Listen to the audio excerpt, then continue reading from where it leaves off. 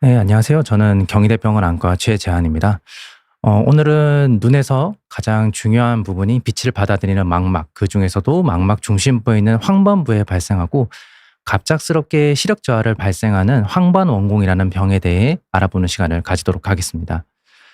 먼저 황반이라는 것이 무엇인지 먼저 설명드리겠습니다. 그리고 황반원공이라는 질환에 대해서도 설명드리겠습니다. 그리고 황반원공은 여러 가지 원인에 의해서 생길 수 있는데 그 원인들에 대해서도 하나하나 말씀드리도록 하겠습니다.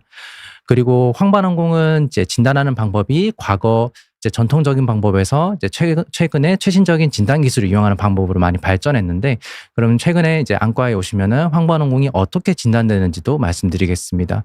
그리고 기본적으로 황반원공은 수술적 치료를 시행하게 됩니다. 그 수술 치료를 어떻게 하는지 하나하나 자세히 설명드리고, 그럼 이렇게 황반원공을 진단받고 수술까지 받았으면 앞으로 눈이 어떻게 될 것인지, 시력은 어떻게 되고 수술의 성공률은 어느 정도인지 그 황반원공의 예후에 대해서 설명드리도록 하겠습니다. 먼저 망막에 대해서 그리고 황반부에 대해서 설명드리겠습니다. 망막은 이제 눈에서 빛을 받아들여서 이를 전기 신호로 변환해 뇌로 전달합니다. 그래서 우리가 실제로 사물을 인지할 수 있도록 도와주는, 카메라로 치면 필름에 해당하는 부분이라고 볼 수 있습니다. 특히 망막 중심을 기준으로 약 5.5mm 있는 이 원, 하얀 원에 있는 부분을 황반이라고 부릅니다. 이 부분은 실제 우리 중심시야의 18도 정도를 담당하기 때문에 우리가 실제로 사람의 얼굴을 보고 글자를 읽고 영상을 본다거나 할 때 가장 중요한 부분이라고 할 수 있습니다. 실제 눈의 단면을 보시면 황반부가 차지하는 부분은 이 정도밖에 되지 않습니다. 아까 말씀드렸다시피 5.5mm 정도밖에 되지 않기 때문에 아주 작은 영역이지만 전체 망막에서 차지하는 것에 비해서 중심 시력을 담당하기 때문에 시각 기능에서 가장 중요한 영역이라고 볼 수 있겠습니다. 황반의 중심부를 이렇게 단층 촬영을 해서 보면 다른 망막과 달리 두께가 매우 얇은 것을 볼 수 있습니다. 그리고 또 하나의 특징으로는 위쪽에 있는 상대적으로 밝은 부분이 보이지 않는 것을 알 수 있습니다. 이렇게 황반부는 다른 부분에 비해서 두께가 얇기 때문에 빛이 이렇게 들어와서 이 아래쪽에 있는 시세포까지 다른 세포들의 방해를 받지 않고 맺힐 수 있게 됩니다. 그래서 다른 부분보다 빛이 산란되지 않고 더 정확한 초점을 맺을 수 있게 되는 것입니다. 그런데 아래 사진과 같이 이 황반 중심부에 구멍이 이렇게 뚫리게 되면 우리가 마치 내 시선이 따라가는 부분은 보이지 않고 주변은 보이게 되는 그런 증상을 느끼게 되는데, 이것이 바로 황반원공의 전형적인 증상이라고 볼 수 있겠습니다. 황반원공은 여러 원인에 의해서 생길 수 있습니다. 먼저 외상, 그리고 근시, 그리고 마지막으로 오늘 주로 설명드릴 특발성 황반원공이 있습니다. 먼저 외상성 황반원공에 대해 설명드리겠습니다. 눈에 타박상을 입거나 아니면 아주 강한 레이저, 우리가 흔히 점을 뺀다거나 피부과에서 레이저 시술을 받을 때 잘못해서 이제 눈으로 레이저가 조사됐을 때 그 레이저나 타박상에 의해서 황반 중심부가 파열되는 이제 외상성 황반원공을 볼 수 있습니다. 사실 외상성 황반원공은 진단이 크게 어렵지는 않습니다. 왜냐하면 환자분이 이제 레이저 빛을 쐈거나 아니면 타박상을 입었던 과거력을 명확하게 기억을 하고 그 시점부터 시력이 떨어졌다고 느끼시고, 또 안저 사진이나 OCT 사진을 보시면 이렇게 구멍이 생긴 그 경계가 일관되지 않고 되게 불규칙한 모습을 보일 수 있습니다. 그리고 안저 사진에서도 이렇게 출혈을 동반하고 있어서 이 환자가 어떤 종류의 외상을 입었구나라고 짐작을 할 수 있습니다. 사실 외상성 황반원공은 수술을 하지 않고 기다려봐도 한 20에서 30% 정도에서 자연적으로 막힌다고는 되어 있지만, 그 막힌다라는 것이 예후가 좋다는 말로 설명하기 힘듭니다. 왜냐하면 이렇게 외상을 입으면서 신경세포가 많이 파괴가 되기도 하고, 또 외상에 의한 황반원공 외에 다른 외상성 망막 질환들이 생기게 되기 때문에 예후가 좋은 편은 아닙니다. 그리고 고도근시 연관 황반원공, 고도근시 환자분들에서 생기는 황반원공에 대해서 말씀드리겠습니다. 고도근시가 있으신 분들은 일반적인 근시가 있거나 근시가 없으신 분들에 비해서 눈이 앞뒤로 길다고 생각하시면 됩니다. 마치 이제 똑바른 공이 아니고 앞뒤로 긴 참외 같은 모양을 하고 있다고 생각하시면 편할 텐데요. 우리가 책 같은 거를, 여러 두꺼운 책을 이렇게 말아가지고 양쪽을 잡아당겨서 책을 이렇게 기울이는 모양을 하면 안쪽의 책이, 안쪽 종이가 아래쪽의 종이의 그 압력을 이기지 못해서 위로 솟아오르는 것을 볼 수 있습니다. 이게 고도근시 연관 황반원공의 발생 원리를 비유적으로 설명드린 건데, 눈이 앞뒤로 너무 길다 보니까 황반 중심부의 굴곡이 정상 망막보다 훨씬 가파르게 되고 따라서 이 신경이 바깥쪽으로 밀리는 힘을 받게 되어 원공이 발생하는 것입니다. 사실 고도근시염과 황반원공은 치료가 매우 까다롭습니다. 왜냐하면 근시 자체 때문에 신경 자체가 많이 약해져 있고, 또 고도근시이신 분들은 눈이 길기 때문에 일반적인 수술 도구가, 근시가 극도로 심하신 분들은 일반적인 수술 도구로 수술을 못하는 경우도 생겨서 이제 특수한 수술 도구를 사용해야 되는 경우도 있습니다. 또 고도근시 자체가 황반원공을 일으킬 뿐만 아니라 황반 변성이라던가 망막박리라던가 망막 신생혈관이라던가 이런 다른 기타 합병증을 일으킬 수 있기 때문에 고도근시로 인해 생긴 황반원공은 수술이 성공했다 할지라도 다른 질환에 의해서 시력 예후가 불량할 수 있는 질환입니다. 이제 마지막으로 제가 주로 설명드린 특발성 황반원공에 대해서 설명드리겠습니다. 특발성이라는 말은 사실 원인이 명확하지 않다는 것을 의미하고 주로 노화에 의해서 생긴다고 생각하시면 되겠습니다. 항반부의 단층 촬영을 다시 보게 되면 이 까만 부분이 실제로는 빈 공간이 아니고 유리체라고 하는 투명한 젤리 조직으로 가득 차 있습니다. 이 유리체라는 조직은 아주 끈적끈적한 조직인데 젊었을 때는 이 망막에 붙어 있게 됩니다. 그러다가 사람에 따라서 다르지만 40대 이후가 되면 이 망막에서 떨어져 나가서 이렇게 나비 같은 모양으로 떨어지게 됩니다. 그런데 이 사진을 보시면 이제 유리체라는 조직이 이 부분에선 떨어져 가지고 망막과 떨어져서 위로 솟은 모습을 볼 수 있지만 황반 중심부에는 여전히 붙어 있는 모습을 볼 수 있고 황반 중심부가 이 유리체 조직 위에서 위쪽으로 끌어당겨지는 모습을 볼 수 있습니다. 이것을 유리체 황반 견인이라고 하고 황반원공의 초기 소견으로 볼 수 있습니다.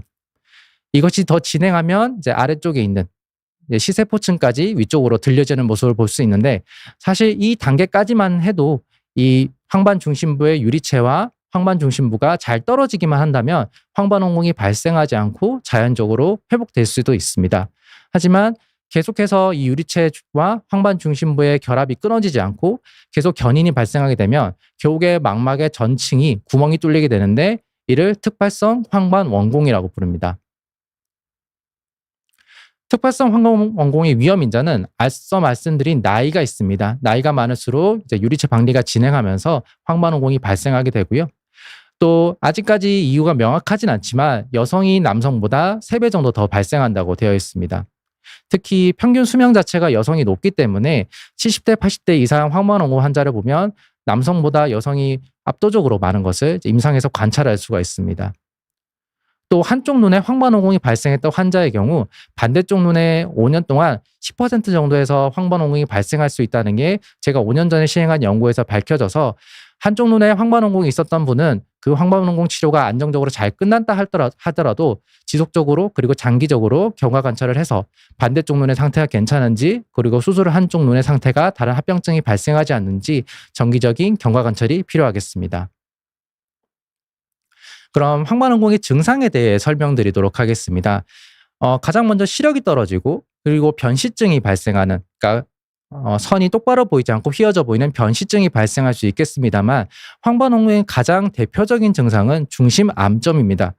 말씀드린 것과 같이 망막의 중심부에 구멍이 생겨서 시력이 떨어지는 것이기 때문에 중심부에 암점이 생겨서 내가 보려고 하는 글자나 사물이 보이지 않고 주변 시야는 보이고 또 내가 그 시선을 주변으로 옮기면 또 원래 그 주변에 보였던 것들이 안 보이고 초점에서 벗어난 다른 것들이 보이는 그런 중심 암점을 느낍니다. 중심 암점을 느껴서 시력 변화를 급격하게 느끼시기 때문에 사실 환자분들이 황반원공이 생겼을 때 꽤 빠르게 1차 의료기관이나 대학병원을 방문해서 수술을 받는 것이 사실이긴 합니다. 하지만 황반원공이 생겼음에도 불구하고 또 시력이 떨어졌음에도 불구하고 병원을 상당히 늦게 찾아오시는 경우가 생기는데 어떤 경우냐면 우리가 오른손잡이가 있고 왼손잡이가 있듯이 눈도 개인에 따라서 오른쪽을 주로 쓰시는 분과 왼쪽을 주로 쓰시는 분들이 있습니다. 예를 들어 오른쪽 눈을 주로 쓰시는 분에서 왼쪽 눈에 황반원공이 생기면 이분은 오른쪽 눈을 의도적으로 감고 왼쪽 눈으로만 보지 않는 이상 본인의 왼쪽 눈에 시력이 떨어졌다는 사실을 잘 모르시게 됩니다. 그래서 한쪽 눈에 황반원공이 생겼음에도 불구하고 그 증상을 잘 인지하지 못하셔서 오랜 기간 동안 방치를 하시다가 우연한 계기로 황반원공이 생겨있는 눈으로만 보시게 되는 상황이 생겨서 내가 시력이 떨어졌구나, 이상하다 해서 병원을 찾게 되어 늦게 진단되는 경우도 간혹 있게 됩니다. 예전에는 황반원공은 안저검사로 시행했습니다. 근데 안저검사는 한 가지 단점이 있습니다. 안저검사를 보시면 위쪽 사진과 아래쪽 사진 모두 황반 중심부에 마치 구멍이 뚫린 것처럼 볼 수 있고, 예전에는 이것을 다 황반원공이라고 일단 진단을 했었는데, 실제로 단층 촬영으로 망막의 단층면을 보시면 위쪽 사진은 황반원공이 아닌 망막 전막이라는 망막 위에 찌꺼기가 쌓여 있는 이런 병임을 알 수 있고, 아래쪽이 진짜 황반원공임을 알 수 있습니다. 이렇게 위쪽이 실제로 황반원공은 아니지만 안저검사에서 황반원공처럼 보이는 것을 우리는 가성 황반원공이라고 부릅니다. 물론 이 망막 점막이란 병 또한 시력이 떨어지면 이것을 제거하는 수술적 치료가 필요하게 됩니다. 하지만 황반원공과 같이 급격하게 시력이 떨어지지 않고 망막 점막의 경우 시간을 두고 시력이 떨어지거나 아니면 병이 진행하거나 환자가 주관적인 증상을 심하게 느끼는 경우에 수술을 하는 상대적으로 비응급성 질환이기 때문에 황반원공과 조금 다르게 해야 되는 질환입니다.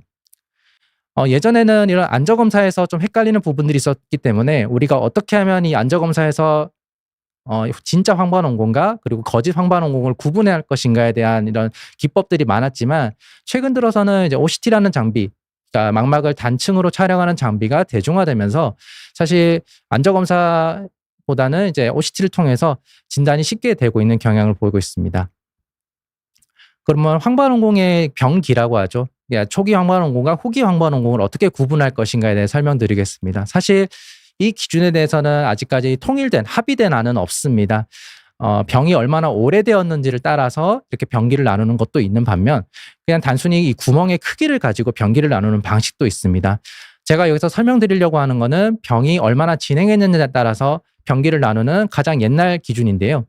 사실 이 옛날 기준은 OCT라는 장비가 없을 때 안저 사진만을 보고 이제 진단을 한 기준인데, 그것을 최근에 OCT 장비가 널리 사용되면서 그 OCT 소견과 대입을 시켜서 한 병기라고 생각하시면 되겠습니다. 일단 1기의 경우에는 안쪽에는 구멍이 뚫리긴 했지만 아직 바깥쪽에는 제일 위쪽에는 망막 세포가 남아있는 완전한 구멍이 뚫리지 않은 상태라고 보시면 되겠습니다. 2기의 경우 완전 구멍이 뚫렸지만 이 위쪽의 망막 세포 일부가 아직 유리체 조직과 결합을 유지하고 있는 상태라고 보시면 되겠습니다. 3기의 경우 중심부에 있는 망막 조직과 유리체가 분리된 상태, 그리고 마지막 4기의 경우 유리체가 OCT 장비에서 완전 보이지 않을 정도로 완전하게 박리가 된 상태라고 보시면 되겠습니다. 사실 개인적으로는 황반원공의 이런 기수보다는 크기라든지 그리고 다른 망막 질환의 동반 여부가 예후와 더 중요하다고 생각하지만, 제가 이 병기를 보여드린 이유는 황반원공이 1단계, 그 다음에 2기, 3기, 4기를 거쳐서 서서히 이렇게 진행하는 모습을 보여드리고자 이 사진을 오늘 준비를 해드렸습니다.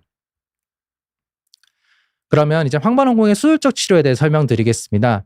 황반원공의 수술적 치료는 먼저 이 유리체라는 망막을 잡아당기는 유리체를 제거하고, 그리고 내경계막이라는 조직을 제거하고, 마지막으로는 가스나 필요에 따라서는 공기를 넣고 나오는 방법으로 3단계로 나눌 수 있겠습니다. 눈 수술을 할 때 환자분들이 이제 저한테 걱정하시는 게, 수술이 되게 크지 않을까, 눈을 어떻게 수술하냐, 눈을 뽑아서 수술하냐, 뭐 이렇게까지 말씀하시는 분들이 계시지만, 실제로 그렇게 수술은 하지 않고요. 저희가 눈 휜자 쪽으로 주사바늘 구멍 정도의 구멍을 3개 내지 4개 정도만 만들어가지고 그 구멍을 통해서 기구를 넣고 빼고 하는 방법으로 아주 최소 절개 방식으로 거의 봉합도 하지 않는 방법으로 수술을 진행하게 됩니다. 비유적으로 이제 복강경 수술, 배에 구멍을 뚫어가지고 하는 수술과 매우 비슷하다고 생각하시면 되겠습니다. 자, 유리체를 제거하는 동영상을 보여드리겠습니다. 여기서 유리체 부분이 하얗게 되어 있는데, 사실 유리체는 투명한 조직이기 때문에 이렇게 스테로이드와 같은 하얀색 염색약을 써서 유리체를 잘 보이게 해준 것입니다. 그래서 망막과 붙어있는 유리체를 음압을 걸어서 위쪽으로 이렇게 쭉 잡아당겨서 망막과 박리를 시켜주는 모습을 볼 수 있습니다. 그리고 두 번째로 내경계막이라는 조직을 제거합니다. 내경계막은 망막 사진을 단층으로 보면 제일 위에 있는 내 몸에 원래 자연적으로 있는 막입니다. 그럼 대체 이 막을 왜 제거하냐면, 첫 번째 이유로는 이 내경계막이 망막을 약간 바깥쪽으로 끌어당기는 힘을 제공하기 때문에 이 내경계막을 제거함으로써 망막이 바깥쪽에서 안쪽으로 다시 들어와서 구멍이 막히게 하는 그런 원리가 있습니다. 그리고 두 번째 이유로 내경계막은 그걸 그냥 두고 나왔을 때 나중에 구멍이 막혔다 할지라도 이 내경계막을 뼈대로 삼아가지고 흉터 조직이나 앞서 말씀드린 망막, 점막과 같은 조직들이 자라서 커지고 그거에 따라서 시력이 떨어지거나 심지어는 망막 황반원공이 재발하는 경우도 발생합니다. 그래서 일반적으로는 황반원공 수술 시에 내경계막을 모두 제거하게 됩니다. 이렇게 내경계막을 제거한 사진을 보여드리면 내경계막 또한 투명한 조직이기 때문에 ICG라는 염색약을 이용해서 이렇게 초록색으로 염색을 하게 됩니다. 이렇게 포셉으로 제가 내경계막을 제거한 사진인데 중심부에 내경계막이 제거되었기 때문에 이렇게 내경계막이 제거된 부분은 초록색 염색약이 존재하지 않고 주변부에만 초록색 염색약이 남은 것을 볼 수 있습니다. 하지만 이제 구멍이 큰 경우에는 내경계막을 단순히 제거하는 것으로는 구멍을 완전히 막을 수 없는 경우가 많습니다. 그래서 내경계막 플랩을 시행하거나 혈소판을 구멍에 주입하는 방법 등이 있습니다. 이제 플랩술에 대해서 설명드리면 내경계막을 이렇게 다 제거를 했는데 이 구멍 옆에 내경계막을 일부 남겨놓습니다. 그리고 마치 문을 잠그듯이 이렇게 내경계막을 가져와서 이렇게 닫아주는 이런 모습으로 수술을 하게 됩니다. 이거를 왜 닫아주는 것이 수술 성공률과 관련이 있냐면은 아까 앞서 말씀드렸다시피 내경계막을 제거하는 이유가 어떤 조직들이 이것을 뼈대 삼아서 자랄 수 있다고 말씀을 드렸었는데 이 구멍 위로 내경계막을 덮어주게 되면 이 망막 주변에 있는 신경교세포라고 하는 이제 조직들이 이 내경계막을 따라서 이렇게 구멍 쪽으로 자라 들어올 수 있게 됩니다. 그래서 구멍을 추가로 막아줄 수 있는 그런 세포를 제공해 줄 수 있기 때문에 내경계막 플랩을 이제 구멍이 큰 환자에서는 고려를 하게 됩니다. 또 혈소판 주입 또한 비슷한 원리로 이제 구멍이 크기 때문에 내 몸에 혈액을 채취해서 혈소판만을 분리해서 혈소판이 되게 끈적한 결합 조직이기 때문에 그 구멍에 넣어주면 이제 구멍을 채워주는 효과를 얻을 수 있겠습니다. 마지막으로 이제 가스를 주입하고 나오게 됩니다.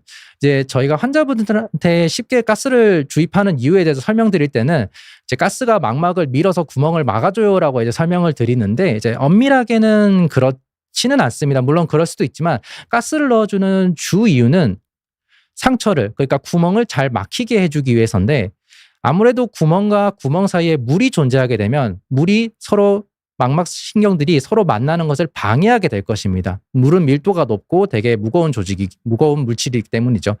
그래서 이 물을 제거를 해서 공기로 아니면 가스로 채워넣게 되면 이제 물이 망막과 망막 사이를 회방을 놓지 않으니까 쉽게 말해서 가리지 않으니까 망막이 서로 만나서 구멍이 막히게 되는 것입니다. 아주 맞는 설명은 아니겠지만 우리가 피부가 상처가 생겼을 때도 이제 물이 계속 묻어 있으면 상처가 나는 게 지연이 되고 그래서 건조를 시키거나 필요한 경우에는 수분 드레싱을 하듯이 이제 망막이 잘 붙을 수 있는 최적의 환경을 만들어주기 위해서 가스를 주입하게 됩니다. 그리고 가스를 주입한 이후에 우리가 엎드리라고 말씀을 드리는 이유는 가스가 물보다 가벼워서 뜨게 되는데 문제가 우리가 수술하는 망막은 눈의 제일 뒤에 위치하게 됩니다. 그래서 우리가 고개를 숙이거나 엎드린 자세를 유지해야 가스가 최대한의 힘으로 이 망막 쪽에 치료 효과를 줄 수 있기 때문에 일정 시간 동안 엎드리라고 말씀을 드리게 되는 것입니다. 그러면 황반원공의 예후에 대해 설명드리겠습니다. 사실 여러 인자들이 발표되어 있고 논란이 있지만 이 세 가지는 황반원공의 아주 대표적인 예후인자로 알려져 있습니다. 수술 전 시력, 그리고 수술 전 황반원공이 얼마나 컸는지, 그리고 다른 망막 질환이 동반되어 있는지로 알 수 있는데요. 수술 전 시력이 좋았던 분들의 경우에는 수술 후에 거의 1.0이거나 1.0에 준하는 정도나 실제로 1.0 이상의 시력까지도 회복하시는 분들이 있습니다. 그리고 두 번째로 황반원공의 크기인데 저희는 한 300에서 400 마이크로미터, 그러니까 0.3에서 0.4mm 정도를 기준으로 해서 황반원공이 좀 작다, 아니면 중간 정도다, 크다 정도로 나누는 것 같습니다.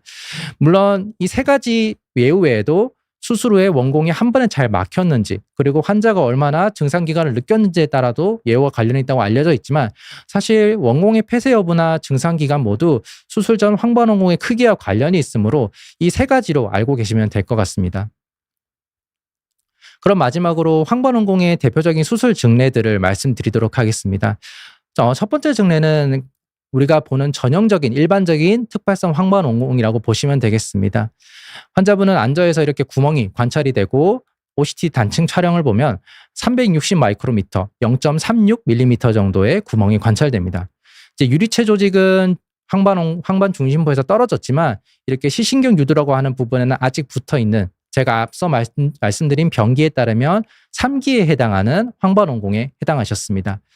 구멍의 크기가 그렇게 크지 않고 다른 동반된 망막 질환도 없으시기 때문에 수술 후에 시력이 꽤 좋고 수술 성공률도 높다고 일단 판단되었고, 따라서 플랩 수술이나 혈소판 같은 그런 다른 추가적인 치료를 고려하지 않은 일반적인 유리체 절제술, 내경계막 제거술, 그리고 가스 주입술을 고려하였습니다. 수술 동영상을 보시면 이렇게 망막 위에서 유리체를 다 제거해 주는 것을 볼 수 있습니다. 투명한 조직이지만 이렇게 불투명한 부분들이 있어서 일부 보이게 되며, 유리체를 더 잘 보기 위해서 하얀색 염색약을 넣고 유리체가 더 잘 보이는 상태에서 유리체를 모두 제거합니다. 그리고 ICG라는 초록색 염색약을 넣어서 내경계막이 잘 보이도록 염색을 해주는 겁니다. 이분의 경우에는 요 위쪽으로, 실제로 아래쪽인데 아래쪽으로 망막 열공이 발견돼서 수술 중간에 레이저 치료도 추가로 시행하신 분입니다. 이렇게 염색약을 넣고 염색약을 제거하면 내경계막에만 염색약이 남아있고 포셉으로 내경계막만 제거를 하게 됩니다.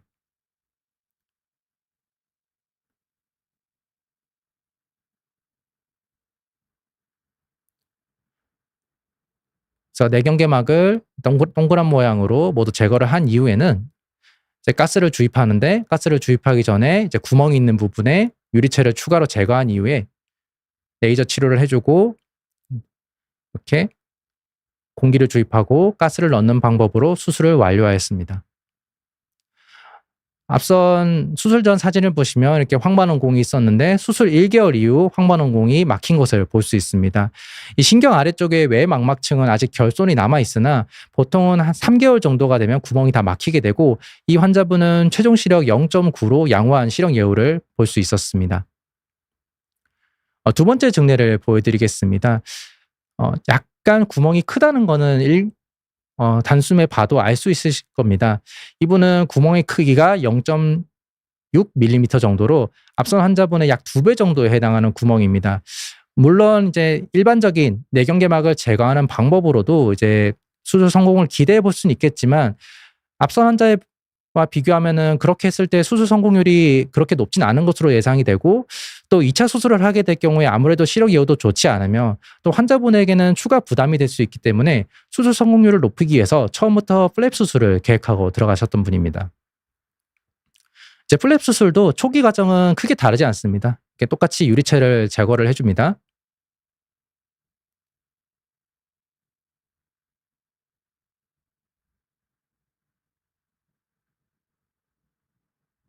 그리고 염색약을 넣어주고 내경계막을 잘 보이도록 염색한 이후에 또 원형 모양으로 이렇게 내경계막을 제거해 주는데, 특징적으로 이분의 경우 제가 이렇게 원형으로 내경계막을 제거한 것 외에 구멍 옆으로 보시면 내경계막을 일부 남겨놓은 것을 볼 수 있습니다.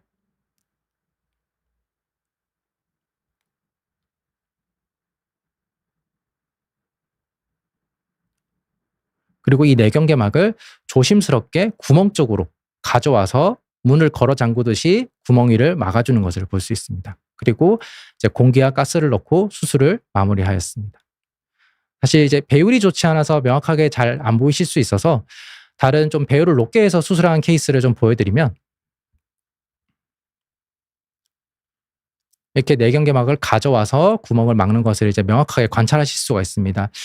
이제 플랩 수술은 되게 유용한 수술 방법이지만 이 경첩 부분을 남겨야 하는데, 우리가 이 내경계막을 원공 쪽으로 잡아오면서 이 경첩 부분을 이제 신경을 쓰지 못하고 경첩 부분까지 다 내경계막을 뜯어내게 되면 이렇게 플랩 수술이 실패를 하게 됩니다. 그래서 플랩 수술을 할 때는 최대한 조심스럽게, 그리고 경첩 부분이 다 뜯기지 않게, 그리고 이렇게 내경계막을 덮으면서 기존 구멍에 손상을 입히지 않게 조심을 하면서 수술을 진행하게 됩니다. 환자분은 구멍이 이제 큰 분이었지만 이렇게 플랩 수술을 한 덕에 1차 수술만으로도 원공이 완전히 막힌 것을 볼 수 있습니다. 이렇게 구멍이 막히긴 했지만 앞선 환자분과 비교를 해보면 이 망막의 아래쪽에 이렇게 두 줄로 이어지는 하얀 부분이 일부 없는 것을 볼 수 있습니다. 이렇게 꺼지는 모양으로 이렇게 되어 있는데, 이분은 아무래도 수술이 1차로 성공했지만 구멍이 컸었기 때문에 이 시세포의 일부가 결손이 남은 채로 호전이 된 분입니다. 이런 경우에 이제 앞서 보여드린 케이스보다는 시력 예후가 좋지는 않습니다만 1개월 후 사진과 또 3개월, 1년 뒤의 사진을 보시면 시세포 일부가 요 중심부로 좀 이동을 해서 좀 보충을 해주는 걸 볼 수 있기 때문에 장기간 보면은 1개월 때 모습보다는 시력이 더 올라가는 모습을 볼 수 있고, 이 환자분의 경우에는 최종 시력이 0.5 정도로 호전이 되셨습니다. 그리고 마지막 증례를 보여드리겠습니다. 이제 이분은 1차 수술로 이제 내경계막을 다 제거를 하셨습니다. 다 제거를 하셨지만 이제 구멍이 막히지 않은, 그래서 2차 수술을 계획해야 되는 증례였습니다.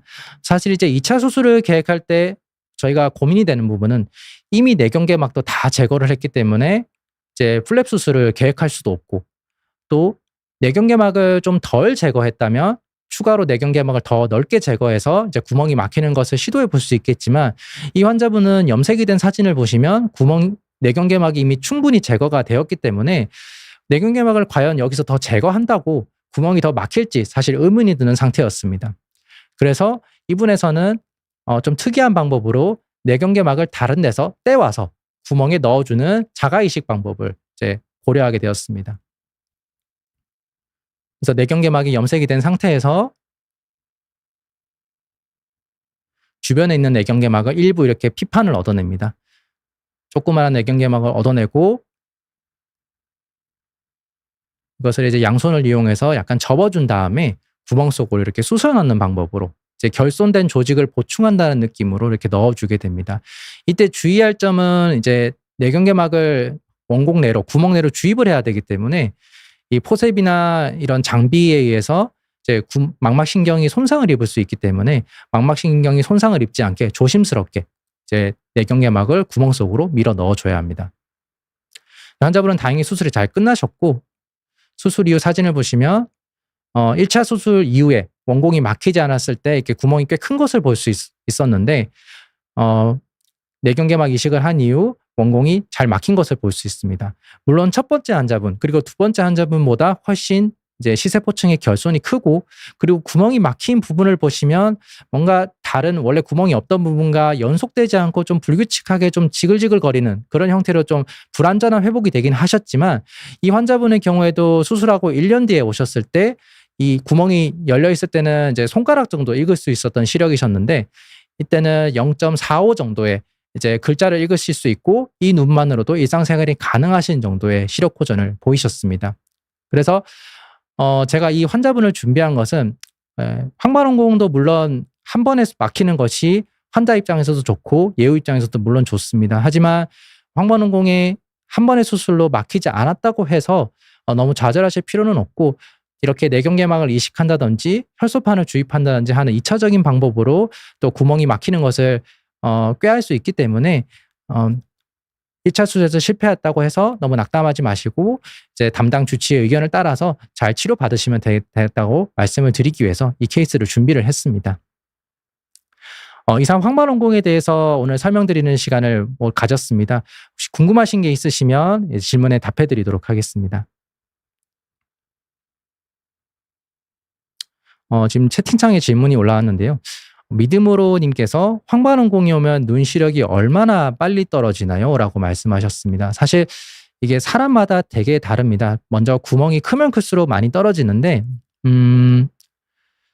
제가 경험한 바로는 이제 원래 1.0이셨던 분들이 황반원공이 생기면 일반적으로 한 0.2, 0.3 정도로 시력이 떨어지십니다. 근데 이제 시력이 떨어지는 그 수치보다도 이게 중심부가 안 보이기 때문에 주변부는 원래 보는 것만큼 보이고 중심부는 내가 보고 싶은 게 안 보이게 되니까 실제로 시력판에서는 0.1을 읽으시지만 실제로 환자분들이 느끼시는 정도는 내가 0.1을 읽는 일반적인 뭐 백내장이나 다른 것들 때문에 0.1을 읽으시는 분들보다는 시력의 질이 훨씬 많이 떨어지시게 됩니다.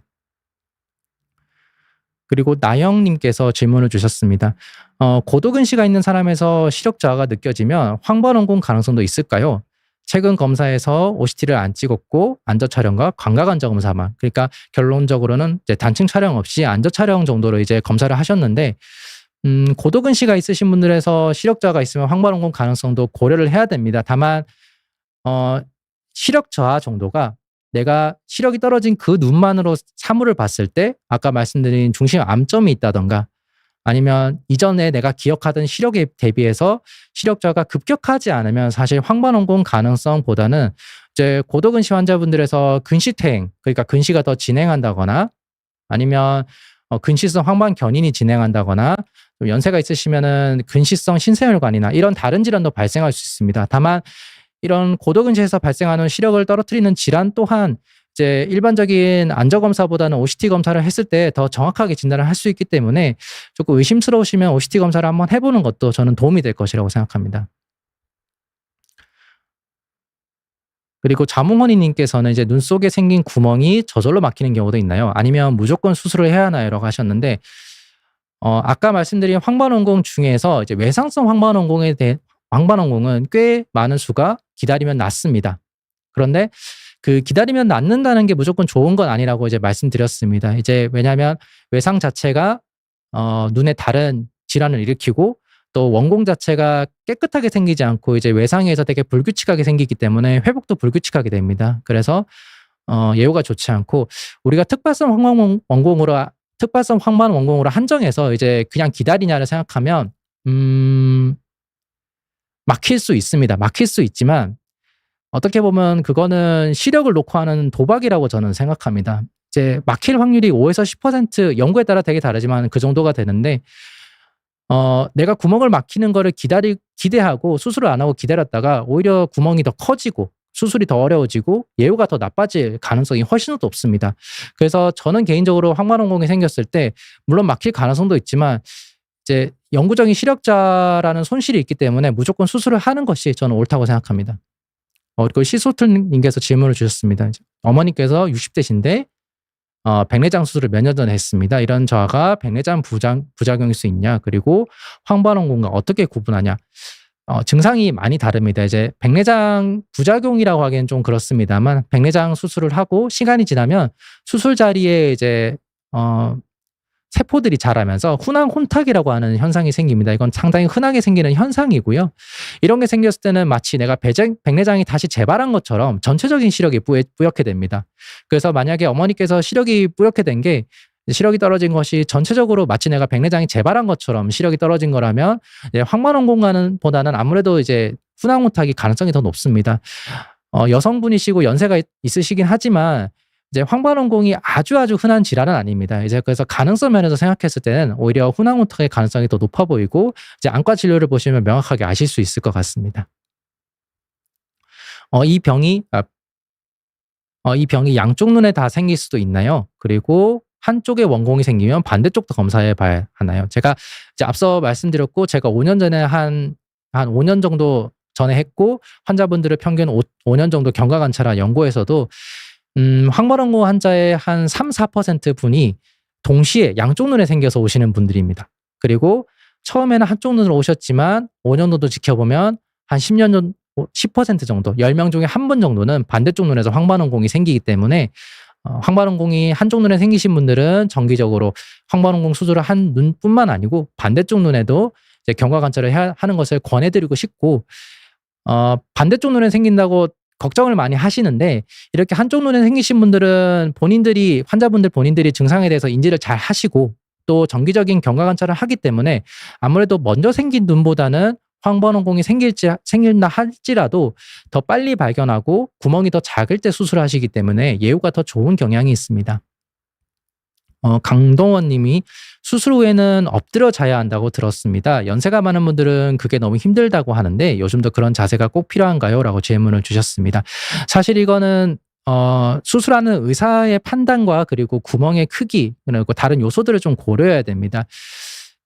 예를 들어서 구멍이 아주 작고 환자분이 어떠한 이유로 직장에 빨리 복귀를 해야 되는 상황입니다. 그러면 이제 엎드리시는 게 많이 힘드시겠죠. 시력도 빨리 회복을 해야 되고요. 그러면 우리가 가스를 넣지 않고 공기를 넣는 경우도 있습니다. 눈에 공기를 넣으면 이제 일주일 내로 다 빠지게 되는데 빠지게 되고 실제로 이제 일부 연구에서는 공기를 넣어도 이제 가스를 넣는 거에 비해서 예후가 크게 다르지 않다. 이런 연구도 있었습니다. 다만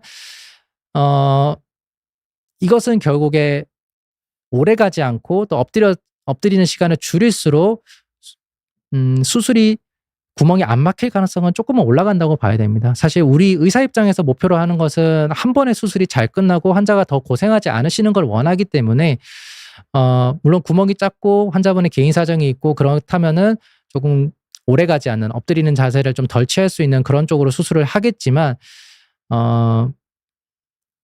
일반적으로는 가스를 넣고 엎드린 자세를 한 5에서 일주일 정도 취하는 것이 일반적이라고 보실 수 있겠습니다.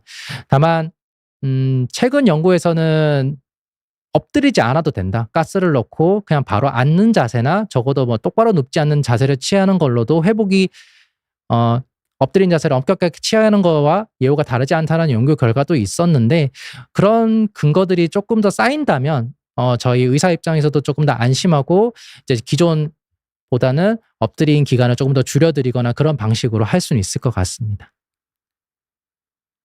또 공주님께서 질문을 하셨는데요. 이제 눈에 염증이 자주 생기고 건조증이 심한데요. 이런 눈 상태가 황반원공 발생에 영향을 줄 수 있나요? 라고 하셨는데 크게 관련은 없으실 것 같습니다. 오히려 이제 염증이 심해서 눈을 좀 반복적으로 자주 비비신다면 이제 눈 중심에 구멍이 뚫리는 황반원공보다는 이제 주변부에 구멍이 생기고 망막이 찢어지는 이제 망막 박리가 생길 가능성이 조금 더 높습니다. 특히 이제 아토피가 있으시거나 하신 분들이 이제 눈이 가려워서 이제 반복적으로 긁으셔서 비비셔가지고 망막 박리가 생기시는 분도 있고 또 극단적으로는 이제 자폐아 같은 것들이 있어가지고 이제 자폐 증상으로 눈을 이제 때리거나 눈을 이제 문지르는 그런 자폐 증상을 가지신 분들이 망막 박리가 좀 잘 생기는 경향이 있어서 눈을 자주 비비신다면 오히려 황반원공보다는 좀 그런 쪽으로 걱정을 하시는 게 좋지 않을까 싶은데 사실 우리가 일상에서 눈이 가려워서 잠깐 비비는 정도로는 이제 망막 박리나 이런 게 유의하게 생기진 않으니까 너무 크게 걱정은 안 하셔도 될 것 같습니다. 추러스님께서 질문을 주셨습니다. 한쪽 눈으로 글씨가 휘어져 보이기 시작했습니다. 이런 증상이 며칠 만에 생겼는데 황반원공 있지 아니면 다른 질환이 있을 수 있는지요? 라고 하셨는데요.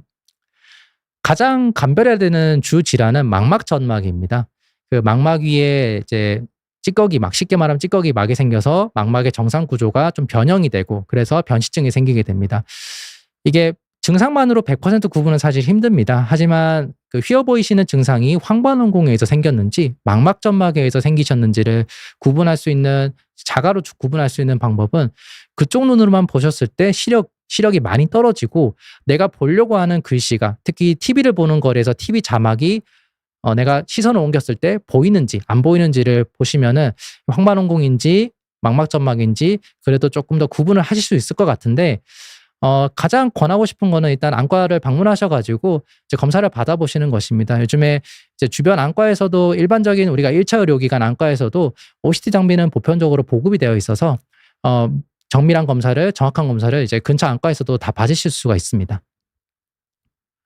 또 나영님께서 질문을 또 주셨는데 산동 검사를 하는 게 좋을까요? 라고 하셨습니다. 황반원공 자체는 망막 중심부 질환이고요. 요즘 기계가 사실 성능이 좋기 때문에 황반 중심부에 단층 촬영을 한다거나 안저 촬영을 할 때는 산동 검사를 안 하고도 할 수는 있습니다. 다만 이제 우리가 눈에서 걱정해야 되는 것은 황반 원공뿐만이 아니고 이제 망막 주변부에 생길 수 있는 다른 열공이라든지 그런 질환들도 있기 때문에 이제 안과를 방문하셔가지고 한번 내가 정밀 검사를 받아보겠다라고 하시면 좀 불편하시더라도 산동 검사를 하셔가지고 눈 구석구석 정밀하게 보시는 것을 권해드리고 싶습니다. 또 건강 찾는 김영사님께서 건강검진에서 어떤 검사를 미리 받으면 황반원공 예방에 좋을까요? 라고 하셨는데 앞서 말씀드린 그 사진에 보시면 황반원공이 발생하기 전에 유리체 조직이 황반 중심부를 이제 잡아당겨서 중심부가 아직 구멍은 생기지 않았지만 위로 들뜨는 모습을 볼 수 있습니다. 사실 많은 분들이 건강검진에서 그런 소견으로 오셔가지고 이제 추적 관찰을 하시거나 필요하면 예방적으로 수술을 받으시는데요.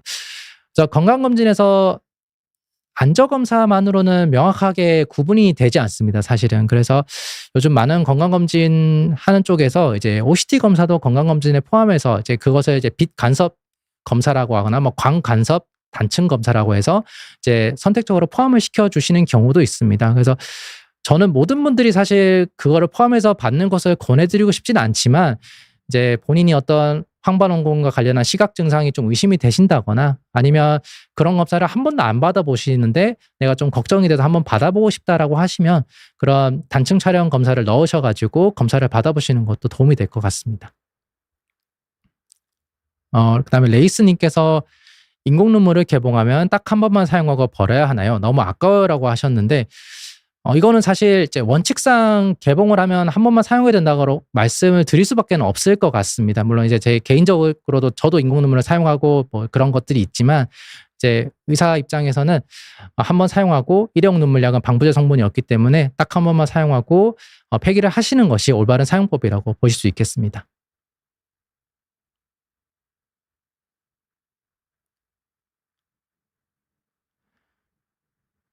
네, 많은 분들이 이제 질문을 주셨는데 질문에 좋은 답변이 되셨을지 모르겠습니다. 그래도 오늘 이 강의를 들으시면서 이제 황반원공이라는 어떻게 보면 되게 생소할 수 있지만 또 시력 저하를 급격하게 일으키고 반드시 수술이 필요한 이런 질환에 대해서 아실 수 있는 그런 시간이 되셨으면 좋겠습니다.